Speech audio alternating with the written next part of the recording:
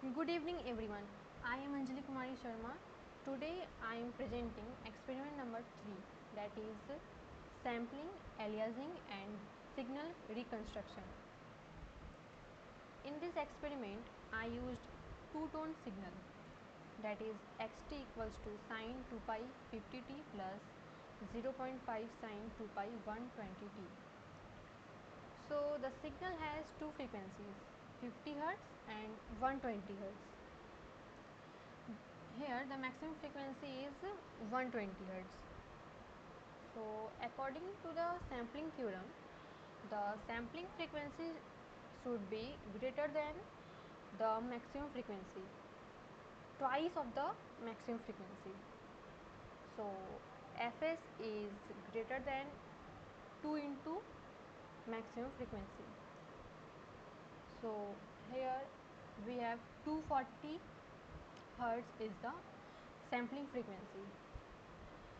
I tested these three cases, 400 Hz, 240 Hz and 180 Hz. At first we have the output.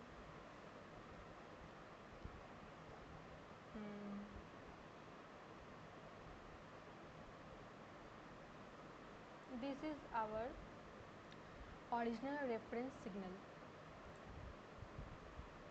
The blue curve is the continuous signal made from the 50 Hz and 120 Hz components. We can see the waveform is smooth because this is our continuous reference. And I used a very dense time grid in the Python program so that the signal looks continuous. This graph is important because later we compare our sampled and reconstructed signals with this original signal. So we can consider this our reference signal or original signal. Now we start case 1.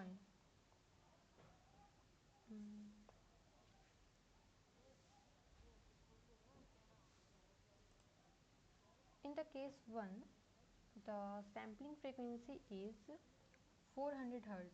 The Nyquist rate is 240 Hz.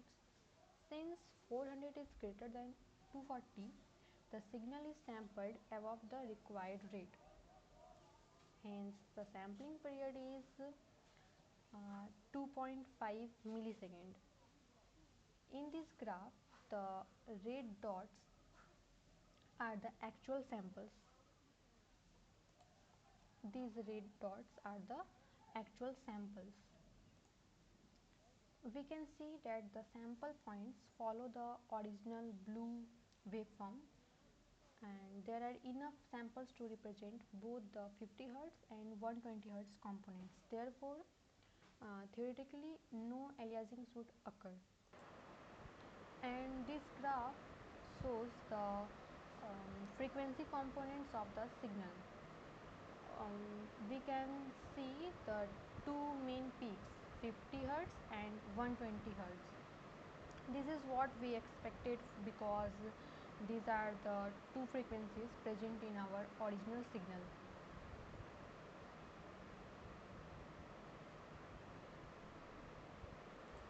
So case 1 shows proper sampling and successful reconstruction. Now we move to case 2. Here the sampling frequency is 240 Hz. This is exactly equal to the Nyquist rate. The sampling period is 4.17 millisecond. Now the samples are farther apart compared with the case 1.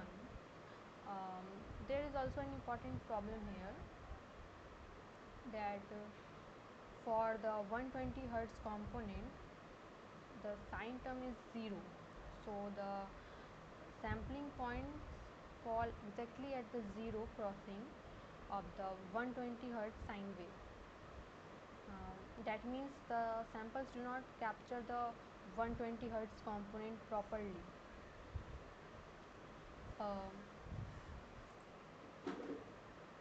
this orange curve does not match the original blue curve as well as case 1. The reason behind this is that the 120 Hz component was lost during the sampling. In this graph, the 50 Hz component is still present, but the 120 Hz component is almost absent. So theoretically the signal contains 50 Hz and 120 Hz, but practically because of the sampling positions, the 120 Hz component was not captured. Now we come to the case 3. Here the sampling frequency is 180 Hz, but the required Nyquist rate is 240 Hz. Therefore, this is the under sampling. Here the sampling period is 5.56 milliseconds, and they are not close enough to properly follow the fast changes of the original signal, and therefore we expect the distortion and aliasing. Here look at the reconstructed curve. It is quite different from the original blue curve. This shows that under sampling causes serious distortion. This distortion is called aliasing. So when we calculate the alias frequency, that is 60 Hz, and look at the practical graph, we can see a peak at approximately 60 Hz. So the theoretical value is 60 Hz and the practical result is also 60 Hz. This proves the aliasing effect experimentally, and therefore our practical results agree with the sampling theory.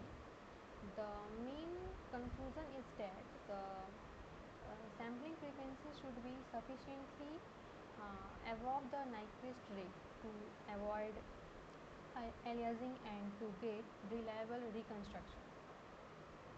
Thank you.